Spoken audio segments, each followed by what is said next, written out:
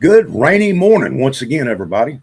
I'm Bill Anderson. Alongside me, Coach Kenny Parker. And today on Bedford County Sports Live, we've got a very special guest, the Austin Peay legend, former Clarksville Northwest head coach, college coach a lot of places, and Motlow athletic director, Coach Vincent Turner. Coach Turner, good to have you on the program with us. Thanks for coming. It's great to be here. Thank you for having me.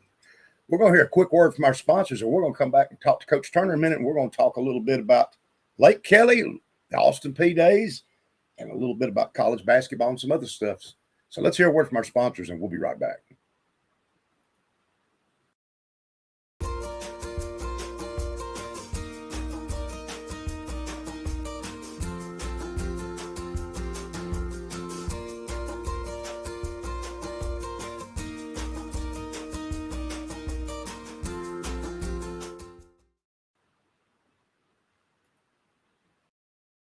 Cleaners, we provide quality services you can rely on.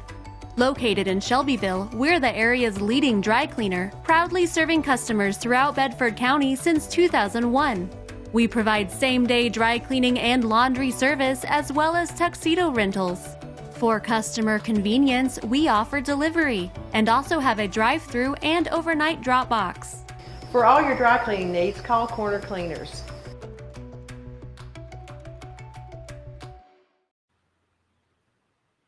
Welcome back, everybody, to Bedford County Sports Live, and a special thank to First Bank and Corner Cleaners, locally run businesses right here in town, and they're eager to serve you as well. Golden days of Austin Peay basketball. Back in the day, you played for Coach Lake Kelly. What was that like, Coach? Yes, sir. I use it as probably one of the greatest experiences of my life. He taught us a lot. He was one of the first coaches that I saw that not only cared about us as individuals, but making us better men, assets to the society, to our. Now, the years you were there, and talk to us about the NCAA. Y'all had several good runs, made the tournament, beat Illinois. Run that for run that back for us. 1987 beat Illinois in the NCAA tournament. That was the famous game where you had he said that if we could beat Illinois, he would come to Austin Peay and stand on his head. Dick Vitale, he actually had to come to Austin Peay and stand on his head. I forgot about that because we won at the buzzer, 2 free throws. Ended up going back, I believe, in 1990. After we beat Illinois, we lost to Providence the next game by free throws. Believe it or not, we won by free throws at the Illinois and then lost to Providence by free throws. But it was just a great experience in my life. It's something that I cherish forever. And, Lake Kelly to me is somebody that's near and dear in my heart. And, I think he was the greatest coach ever to come out of Austin Peay. He was the best dressed and had the best hair. I can promise you that. Flawless hair. Flawless hair. And he was always well dressed. Yes, he was. Well, then you got to coaching. Tell us a little bit about the different quick stops that you made coaching college basketball and how you got to Clarksville Northwest. I had started out in the midnight basketball program. My father played for the Globetrotters, and he had started something in Detroit called the midnight basketball program to get troubled youth off the streets. And it was like I found my calling. I knew I wanted to coach, so I went back to Michigan because I hadn't completed my degree, and I got my degree. And I started coaching at Frederick Douglass High School, and then I got an assisting job at Wayne County Junior College in Detroit. Go Wildcats. And I was there for a while until I got my first head coaching job at University of Michigan Dearborn. And I was there till 2012, until the economy kind of just collapsed in Michigan. And I brought my family down here because I wanted to raise my son. Since I played at Austin Peay, I just loved Tennessee. And I brought my son down here to play high school baseball and to grow up here. And I was in a barbershop, and people had asked me that knew I played at Austin Peay had asked me, they said, hey, we got an opening here at Northwest High School, and we want you to coach. And I said, well, man, I don't know if I want to be a high school coach. And they told me, they said, well, they hadn't won a game in 2 years. I said, 2 years? That's a long time not to have won a game. And I was at the barbershop on Saturday, and some people told me, do not take that job. Those boys can't win. And I said, so don't take the job. And they were like, no. I called them up Monday. I said, I will take the job. And we 2 championships later. We won 2 championships in 5 years, and we were blessed to put out some great players there. That's awesome because it was a really great run you had there. Now, what made you leave there? Where'd you go then? I wanted to get back to college. It was never my intention to go back to high school because I was afraid being labeled a high school coach Right. would stunt my growth in college coaching. You know, my dream has always been to win a championship at the college level, and I'm still fighting. But so I left there, and I was blessed to coach at Delta College up at Saginaw, Michigan. I was there for a little while, and then I wanted to get back down south selfishly. You know, my wife is a Texas girl, so she could not stand Michigan winters. So we came down here to Motlow, but it was a stepping stone to get me back to coaching college. I missed it this last year. Not coaching it's killed me. It's killed me.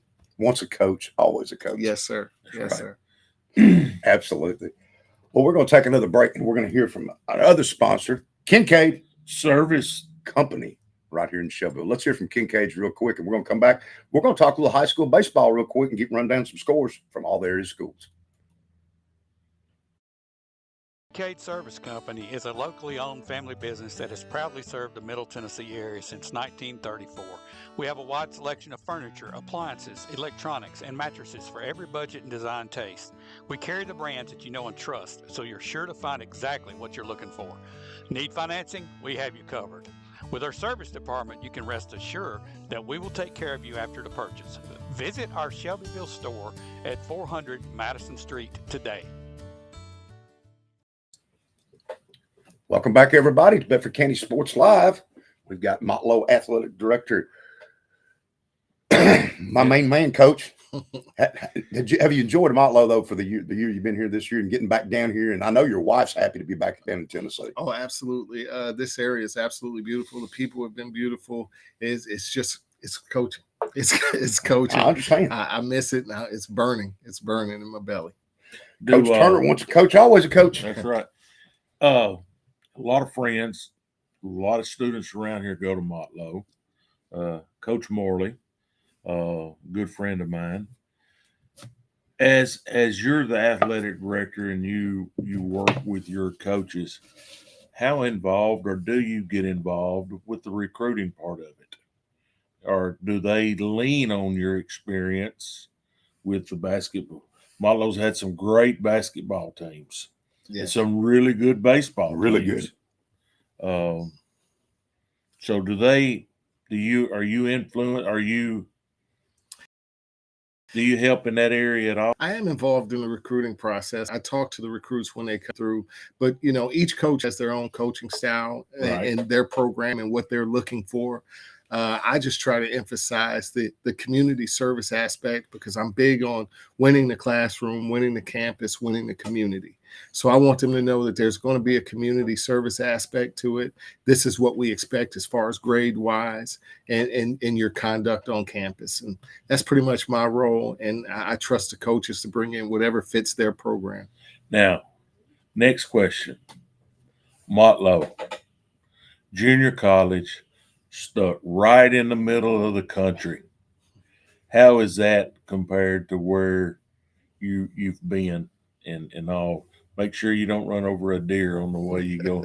You got them over there. That's a great question, but honestly, it's tough because of the living situation. You know, in Tennessee, you're not allowed to have dorms.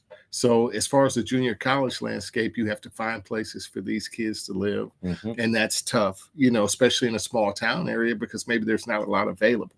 But that's probably the toughest aspect of being out here. Just a living situation. Where do the out-of-state kids go? Where do they live? And I thought there was a dorm over there. I didn't realize this. I know Officer Barrett and I were talking at church last Sunday, and our police department done a training in the old baseball dorm at Motlow. It's abandoned now. So there was a dorm there one time. I thought there was when I went to Motlow. But with junior college, you can't board. We do not have dorms. So what is that just Motlow or is that no, sir? It's junior colleges in Tennessee. They don't have dorms now. I didn't know that. So you can make a deal for housing. Like if you owned a house and you rent it to the athletes, that's acceptable. The coaches cannot be involved in the housing, but if you want to rent to the athletes, they can make the introduction, but the athletes have to handle it themselves. I sure didn't know that, because back in I was there in 88, 89, graduated Motlow before I went to middle. I graduated there in 90, and there was a dorm. The out-of-state basketball and baseball kids stayed in the dorm. Absolutely. Well, now, and I did not know that. Now they stay in houses in the community. They rent. But what you do is you can get a scholarship, and your scholarship then gives you a refund. And a lot of out-of-state guys, they use their financial aid. Well, they get a refund check because of their scholarship. When they get that refund check, they use that to pay for their rent and utilities. Wow. I sure didn't. I learned something. I'm blown away by that. I knew a lot of the athletes lived in the Tullahoma area because it's right there close, but I did not realize that. Wow, that's and used to what I used to hear from coaches was Motlow wanted you to like try out in baseball, but didn't want to give you a scholarship. And the thought was back then they wanted to get far away kids to put in that dorm so they could control them a little better. And if you have no dorm, but at least Hiwassee doesn't have it, your competitors don't have it. Right. When did that come about? You got any idea when that came about? No, I don't. But I know when schools are in a more populated area, say like you have your Columbus that is down by Nashville or whatever, they have more access to housing than we do out here. Oh, yes. So that does play a role in your recruiting, and you have to be pretty crafty. And I'd say, well, Coach Morey does a great job. Speaking of Coach Morey, she does a great job with her connections, but it works better for those who are from the area and know the area better. When you bring in outside coaches, you better. Well, does it make you then want to recruit local area kids more than you would far off, maybe? Oh, absolutely. But you always want to keep the best local talent local, because you want the community to be able to invest in your players, come out and watch games. So you want to keep local talent local. You know, does we're talking with scholarships and all funding, the state funds so much for junior college students, don't they? The first 2 years on the lottery scholarship ever. Right. So how does that help your recruiting with the junior college, knowing that if they're in state, aren't they going to get 2 years of scholarship? I mean, grades are right. Grades right. And then they can sort of maybe help some of this other money going into housing and other, I don't know. Well, it does help by being Tennessee. I think it's Tennessee Promise. Right. Tennessee Promise, they get 2 years free. So that does help you with your scholarship aspect and bringing in other players from out of state, because you have more money to actually spend and to give, like for housing. I know Motlow, Coach has a young man from the Nassau, Bahamas. He has a young man that he has a couple from Knoxville, and other places that come in. A young man from Alabama. So he brings in some talent, and that helps him by being able to have a little bit more money to give them. Well, you learned something new every day, don't you? Something, sure did.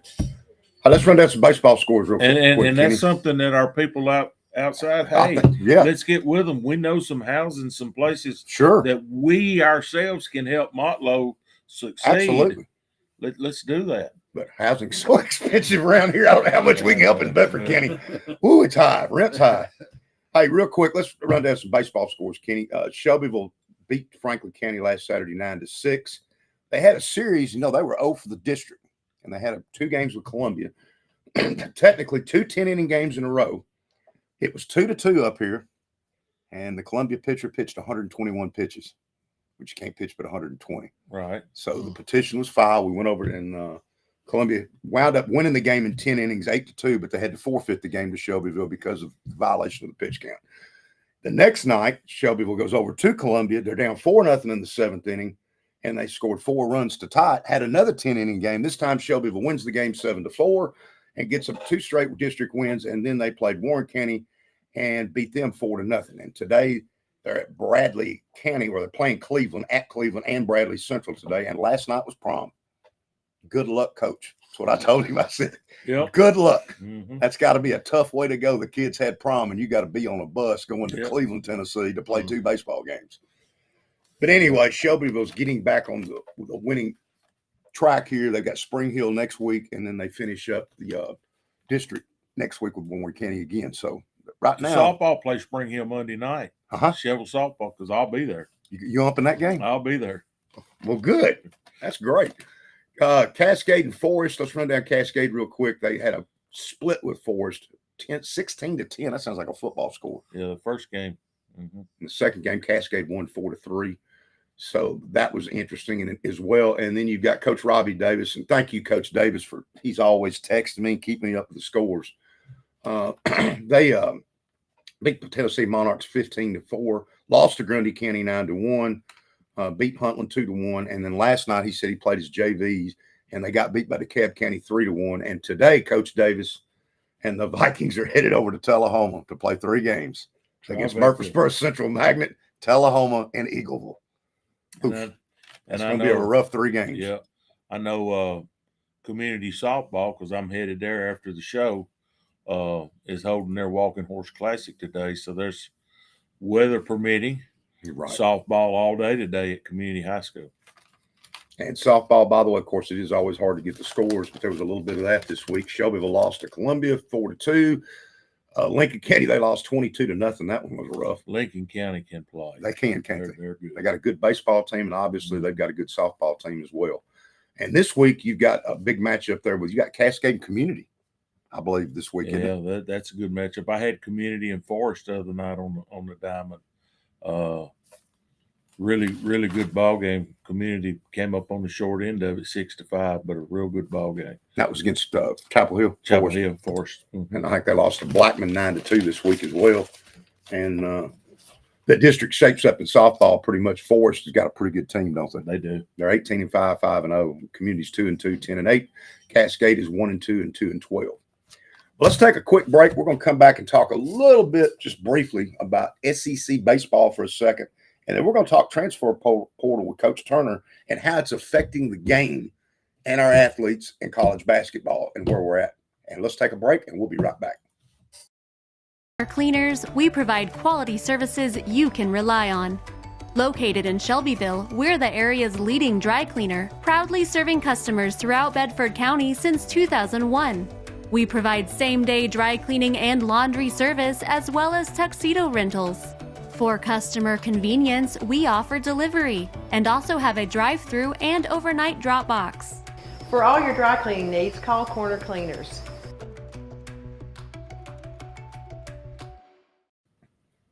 Welcome back, everybody, to Bedford County Sports Live. And David Thomas is behind the mic. He we had somebody just come through with something pretty interesting, didn't we, Kenny? With Cascade basketball team was just recognized by the TSSAA. Lady champions. The Lady Champions basketball team, Cascades. 3.72 grade point average. That's outstanding. Grade point. You know, that is great. And I mean, winning on the floor is one thing, but this was things we talk about. You know, you play basketball, but you go to school. You're a student, right? Athlete, and it looks like the Lady Champions have got the student part of it and the athletic part of it going good right now. Shout out to Coach DeMumbrim and what she's doing with her program. Outstanding. Let's talk a little college baseball real quick, guys. College baseball, the number 1 team in America is Texas A&M. Number 2 is Arkansas. Number 3 is Kentucky. Number 4 is Tennessee. That's all SEC 1 through 4. And Kentucky, Tennessee's got a big. They're in Lexington this week. They are. And Kentucky. Boy, Tennessee blew a game last night. Yeah, they were up 3-1. Had a bunch of errors and had a couple errors. Ooh, that was bad. Yep. Please don't say Texas A&M. My wife, her whole family is Texas A&M. Oh, are they? Hey, I'm so tired of hearing giggles. I've got a bad gig about A&M now, and it's all because of Fisher. But yeah. Rounding out the top 20, Vanderbilt's 13. They beat Florida last night. You got Alabama at 18, South Carolina at 20, Georgia at 24. And dropping out this week was Mississippi State and Florida. That's amazing. You've got that many SEC teams in the top 25. It's the same way in softball, plus add Texas and Oklahoma to that mix next year. Oh, it's the SEC spring sports are for real. They really are. I have a theory about that. Notice all the teams well, they're SEC teams, but they're all from South where they can play year round. Well, that's Which true. is why I wanted to bring my son down here to play baseball There from you go. Michigan, because Right. he could not play year round, and that is the advantage that these athletes have is the weather, and they can play year round. There you go. One other thing, did you guys notice this kid from Florida? He has hit 8 home runs in 8 straight games. Isn't Is that a record? I think it's a record. Yeah, 8 straight games hitting a home run in kid Yeah. from Florida. That's Wow. pretty amazing. I'm kind of rooting for him. I want to see him. I think his streak might have ended yesterday against Vanderbilt. Maybe I don't know if he hit one yesterday or not, though. I think Vanderbilt shut them out. I think they shut him Oh, out. did they? Oh, I think that's what they did. Let's just real quick hit on some college basketball for a minute in the portal, real quick. Not to forget, Tennessee, Kentucky, like Kenny said, is today at 2:00 on the SEC Network. They play again tomorrow at 1:00, and that's a top 5 battle. If you want to watch some college baseball, that'll be a good one. But in basketball, Hey, it's something that I've noticed. I'm the coach here. A lot of the baseball teams, especially in the SEC, are going with synthetic fields. yes. Synthetic fields. Are y'all that way at Motlow, or getting that No, way, or no. even looking? That's a lot of money. It's It's a lot of money, but it is very, very helpful because you get to play in weather such as this where you don't get rained out as often. There's some fields out at Motlow like Coach Maury. If it rains, she's rained out for a couple of days because of the weather. She can have inches of water on her field Absolutely. because her field is Absolutely.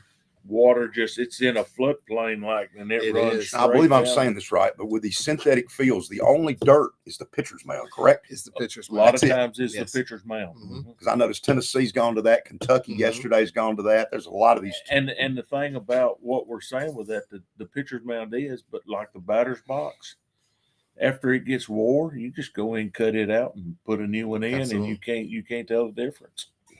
Now that's an investment in your athletics, and that's a good investment. But that Mhm. tells you where you at as far as a program. Transfer portal. University of Tennessee, Coach Barnes, they get Darlingston Dunbar from Hofstra. He is going to be he started at Iowa State, 6'8", 3-point shooter, 211. They're targeting Tyson, Cade Tyson from Belmont's one of them, and then there is a kid from Charlotte at 6'10". Guys, what is this transfer portal doing to college basketball right now? Same thing as doing the football. It's allowing the Indians to run the reservation. So you're basically re-recruiting every year your own players, Every plus year. trying to go get recruits. every year. But the You're thing double recruiting. Yes, you're double. You're recruiting. double recruiting. You're trying to keep your kids and then go get other kids. And coach, how do you Absolutely. develop and teach as a coaching standpoint in this era of, you're not playing me, coach, I'm leaving. Absolutely. And it comes out to a situation where kids are leaving for the highest bidder. It went from one extreme to the other. It went to, I could see in the beginning where they were saying that universities had all the power, they wielded all the power, and you had no control, and you had to, like back in my day, you had to go to the board, talk to the board, and get permission to go to another school and get granted your eligibility. Now they just jump from school to school to school, the highest bidder. There's no loyalty. There's absolutely no loyalty. There's no discipline, and basically it becomes the pro game at the college level. So there has to be some sort of happy medium. They need to regulate it. They need to dial it back some, maybe transfer one time, but. I read something yesterday where the NCAA is sort of trying to get their hands back into this transferring a little bit. Is now you still got the same days you can go with the portal. But if you leave school A and go to school B and you're not athletically eligible at the school you're from, you're not going to be immediately starting. You've got to make sure, because I think some students, the money with it, but they may not be in the classroom like they should be at Kenny Parker U. And they say, well, I'm going to Bill Anderson U because now I can play there. Well, the NCAA is trying to bring some stronghold. If you're not in standards up to graduating on time, they're going to hold you back.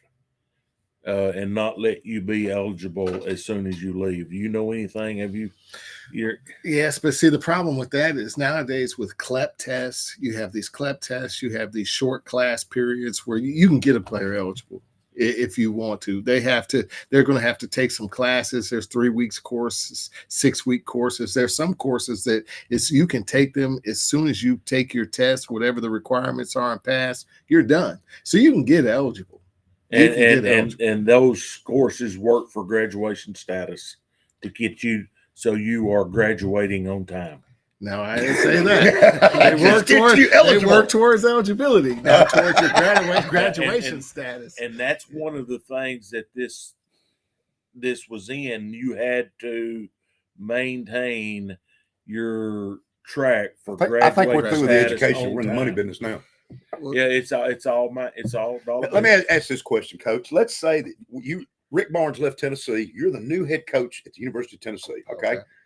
Kenny Parker and Bill Anderson work for Spire, which is the NIL company. Mm-hmm. Are you doing the recruiting, or Kenny and I doing it? That's what I'm afraid we're getting to too. Absolutely. Is the coach out recruiting, or is it me as the NIL? Well, Coach, I'm the one spending the money. Am I the one? And Kenny, are we going around with a bag of money? Did they not change that so that Spire has to be funded through the athletic department? Well, I think that's all a sham to me. Yeah, I mean, but still, they're the ones. Yeah, they would be the ones doing the recruiting. And we were talking before the show, actually, and I think what happens is it also comes down to a breakdown in family units. To whereas when I was coming out, I had a strong family to help me decide. You know, coming out of high school, I was going to go to Michigan State, play for Judd Heathcote up at Michigan State with my best friend. Her name was Merle Ferguson. She ended up being a great star there. Love you, Merle. Miss you. But she was going to Michigan State. I got a call beforehand and said, hey, we're going to go with Mark Montgomery because he was number 1 on our board. You were number 2. So I'm like, okay, now I have to find some place to go. So it came down to Duquesne. I didn't want to go to Duquesne. It was in Pennsylvania. I went to Notre Dame. They had a guy named David Rivers, who was this kid. He was phenomenal, All-American, and he was only a year ahead of me. So I was going to be sitting for 3 years. Then there came Austin Peay, where it worked out for me, but I fell in love with Lake Kelly. I fell in love with the campus, the area. And I could sit down with my brother, who was a standout at Belmont, and my dad, who had played for the Globetrotters, and we could make that decision. Nowadays, kids don't have anybody involved in athletics, and they're just out here trying to get the bag, trying to get the money. And it's killing our game. It's killing the game. Because there isn't any teaching. There isn't any coaching. There is no development anymore. Right. And I've said this all along because you're the basketball and more into baseball. I deal a little bit in football. We're going to see this affect the professional game also, I believe, because there is no work ethic. You're jumping from here to here. There's no discipline. What's your take on that? You're more involved. I think you're already seeing it. I think you hit the nail on the head. Remember back in the day, think back at pro football, and let's use football because that's where you would see a star quarterback or something say, you know what, I'll take a salary hit so we can bring in some other players. Nowadays, you don't have that anymore because it's me. Mm-hmm. And that's one of my models to help get Northwest going is you have to give up the me for the we. And you don't see that anymore. You don't see it anymore. And I think you're seeing this already with the NFL draft. We'll get to that later on, but you're seeing this too. If I'm projected to be a 3rd, 4th, or 5th round pick, I got a good NIL deal, I'm better off staying with the NIL deal than going into the draft. And I think that you're seeing that now.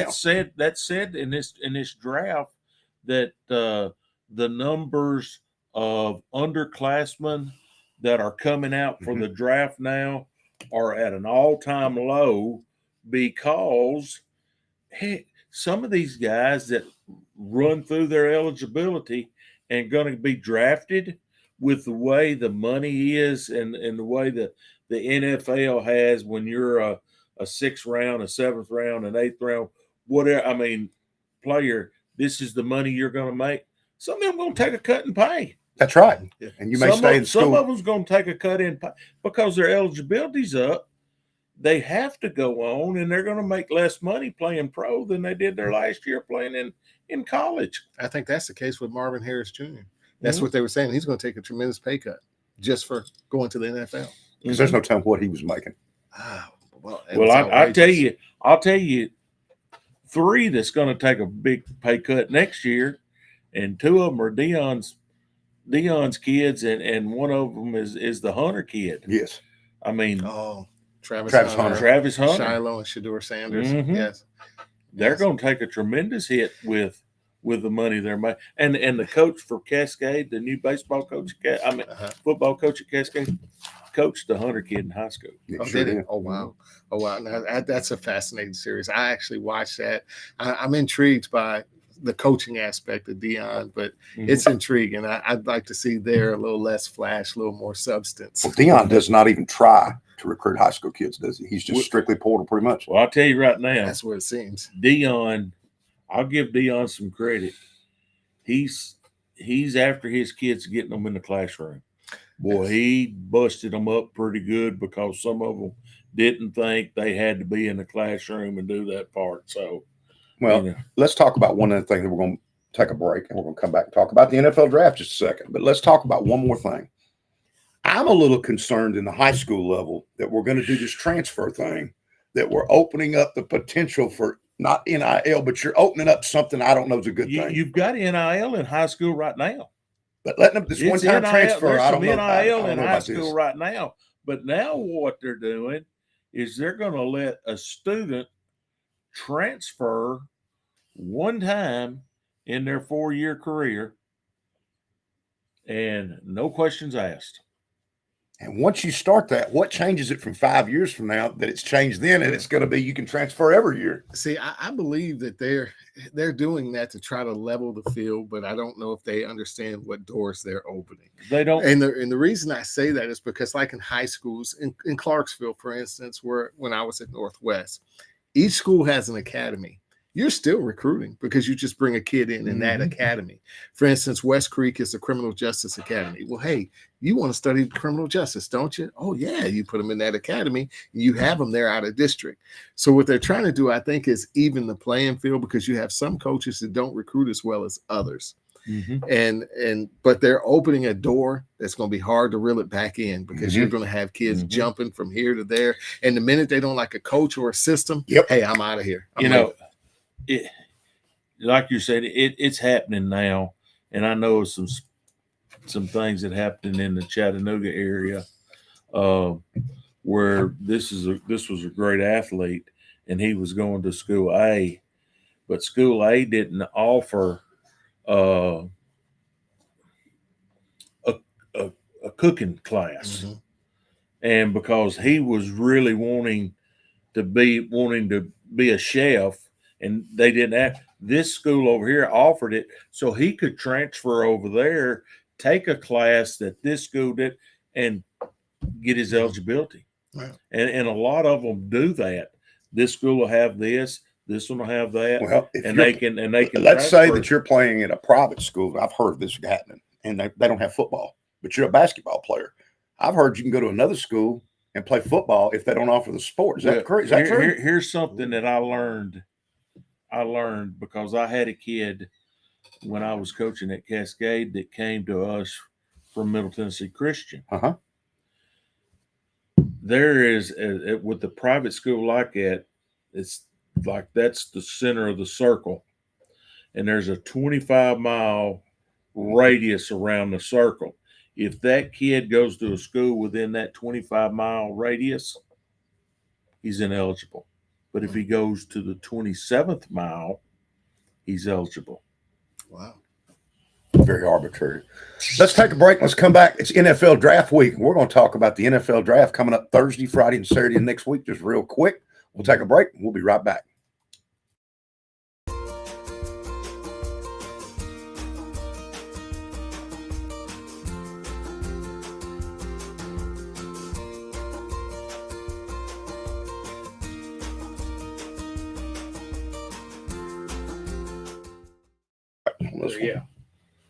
Well, I've learned a bunch. He's good. I learned a bunch. And welcome back, everybody. And it's a rainy morning this morning. Coach Kenny Parker, Vincent Turner, Bill Anderson in with you. Let's talk NFL draft a minute. It's the time. This time next week, we'll be talking who went first round, second round. Yeah, we will. That's the best time of year for me. I just absolutely love the NFL draft. Starts on Thursday, 7 o'clock. I realized yesterday I had to go to a bus convention and listen to a lot of Titans talk. They only have 4 picks. First, second, and 2 fourths. Is that correct? No, that's not correct. The Titans have. I thought they had a first, second, and 2 fourths. They do not have a third. They got a 1. They got a pick 7, pick 38. They do not have a third round pick. They've got a 4, a 5, a 6, and 2 7s. Okay, that's better than I thought. Yeah, it's not as well. The difference here, that was correct until they traded Kevin Byard to the Philadelphia Eagles and got the 5th and 6th round pick for him. And that's the difference. And These I are think Phillies Chicago's picks. that way. They're that way. They only have 4 picks. Chicago's only has 4 picks. I think that's right too as well. But they've got 2 in the first round, the top 10. At pick 7, Tennessee Titans. It's either going to be Alt or Neighbors, and I got an inside source that says if Neighbors is on the board, that's who they're taking. We'll see. Because I don't think Alt's going to be there anyway. I look for him to go to the Chargers. Is what I think is going to happen. I don't. Or the Giants. I don't. So we'll see what happens there. Yep. And hey, here I am. Here you are, Bill. We're doing this. We're giving our opinions, and we got GMs that are paid to do this. Oh, this is the time of deceit. That know what. That know. And don't tell me people don't put this stuff out here to get someone else off a guy. I listened to this stuff all day yesterday, and these guys were going, "Yeah, we're going to trade. We're going to move this 7th round pick down to the 11th, and we're going to get so and so's this, and this." Man, we're being GMs. They need to be listening to us. We got all this figured out. Well, didn't they just have a story on it where they put out false information to try to get people off of a guy so that they can get that guy? Oh, yes. Yeah, they just had a story about that. And they've been doing it for years. Or you say that you start a rumor about a guy hoping that you can drop to you. And then I heard one, and hey, I'm a big one with this also. What do you do to get yourself prepared for the NFL draft? You watch the draft on Wednesday before the draft to get yourself ready. That's a great show. Nothing like the NFL about making money, though, because I miss the days of Saturday and Sunday, having it all, having a big – now, of course, the NFL knows how to make money, so they put the first round on Thursday, the second and third round on Friday, and then they have 4 through 7 on Saturday. But I really – this draft is there are a lot of tackle, good linemen. There are a lot of receivers. Yes, that's where it's the strongest. And you know me, I'm going to build my offensive line around my quarterback, and then I'm going to come back and get me a receiver. And here's my thinking of this. Go back to all the history of the draft. Where have the most flops been in the recruiting? In the recruiting of offensive linemen or the recruiting of receivers? Honestly, I'm going to tell you where I think the biggest flop's been, and you go back and look at it, it's quarterback. Well, I think it's receivers. And there's been some of that, too. You look at the Titans. We flopped on some offensive line, too. The Titans have. We flopped on a lot in the last decade. But you look at their – I think you build up front. I always think you build the foundation before you start hanging the mirrors on the wall. I look for the Titans to trade down possibly at 7 or 38 to try to get that 3rd round pick back. That would be ideal. And don't think that would be bad because, there's 5 or 6 offensive linemen that there's not a whole lot of difference between them. And if you can gain another pick, hey, I'm good with that. But now let me ask you a question because I'm trying to learn about this football thing. Okay, so I agree with you in building the foundation like an offensive line. But does that give you a chance to does that give you an opportunity to take a chance on a quarterback because if you have that strong offensive line, you might can get a quarterback through free agency or trade. So it gives you an opportunity to take a chance on a quarterback in the draft later on if you build that line. Is that, do you think that's the direction to go? Yeah, well, yes, but thing about it is the Titans do not have an offensive line. They They got people Well, that I play asked the that because position. I'm asking about your quarterback too. Yeah. Now you just got rid of a quarterback, Tannehill, Yeah. and now I think it's the exact same quarterback you have now in Will Levis. It's the same quarterback. But I don't. Well, 15 years younger. 15 years younger. There is a difference in 15 years. I'll tell you. And I think you have a quarterback, and only time will tell, that needs more weapons. He needs more weapons to throw to. And they just picked up a weapon. They picked up another weapon last year. What the Titans need is for Burke to step up his game and be what he was when he was supposed to, when they messed up and let Brown go. Yeah, that was the mistake. But I think a quarterback can't throw if he's on his back, and he can't throw if he's running for. But let's also remember Coach Callahan, when he got here, brought his daddy, who is supposedly maybe the greatest offensive line coach in the history, possibly of the NFL. How much better some of these linemen we've got with some real coaching? I'm going to tell you, Coach Callahan. I'm going to tell you one of the sayings that you've heard, because I coached for him, is you can't make chicken salad out of chicken manure. That's true. So just because he's a great coach, and I always said it's not always the X's and the O's, it's the Jimmys and the Joes. It is that as well. However, I will also say this. I would rather have Coach Callahan as what Coach Vrabel brought in last year. I don't disagree. He brought in the offensive line because the guy, Colgate. I don't disagree.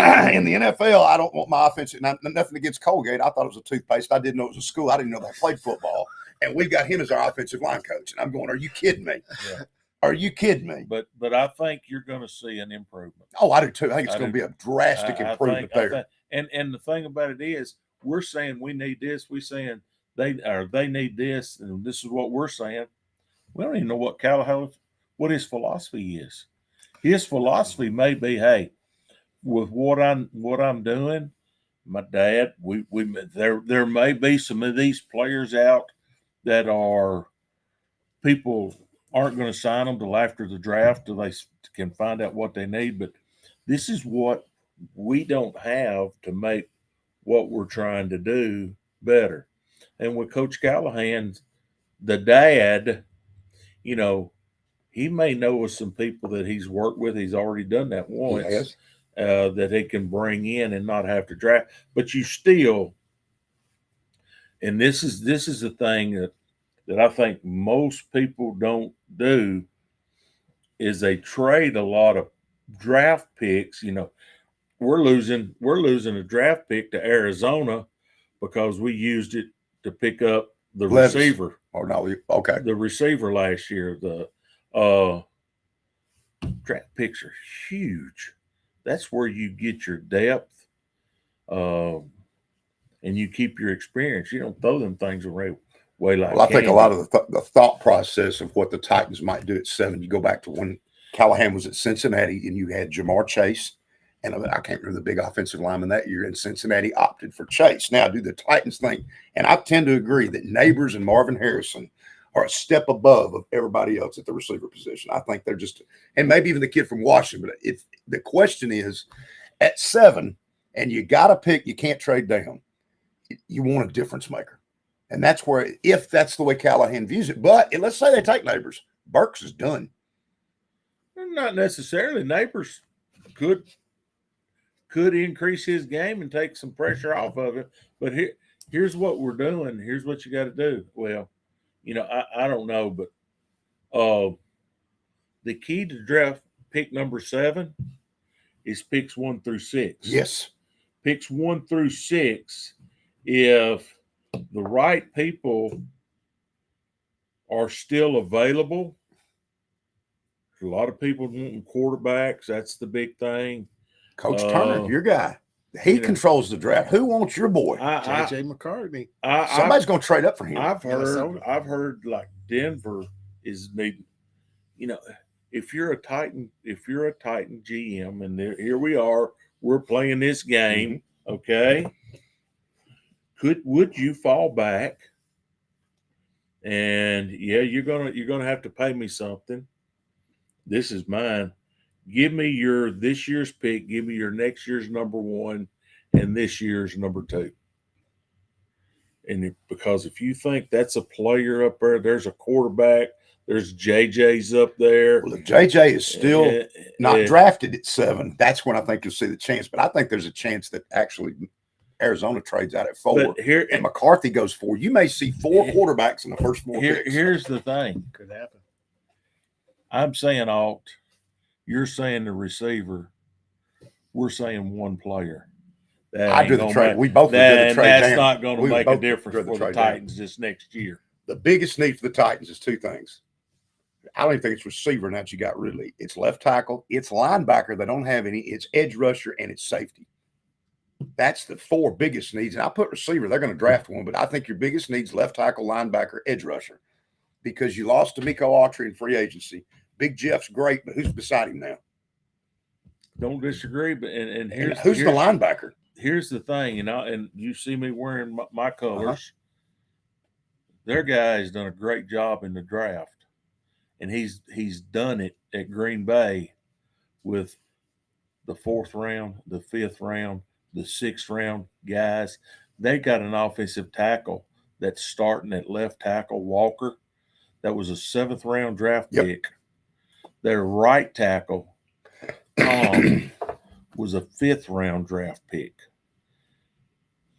That is where you win. That's why Rand Carthon is the general manager coming from San Francisco. You win. Seattle, certain teams, the Ravens, they always draft well. And you're not going to do it Chiefs, overnight. Absolutely. That's another point about the Chiefs. Great point. They're never at the top of the draft board, but they always get talent. And they always hit on it all through the draft. With its first one, they hit in 5 and 6. They got the tackle from Tennessee a couple of years ago, talking about tackle in the 6th round.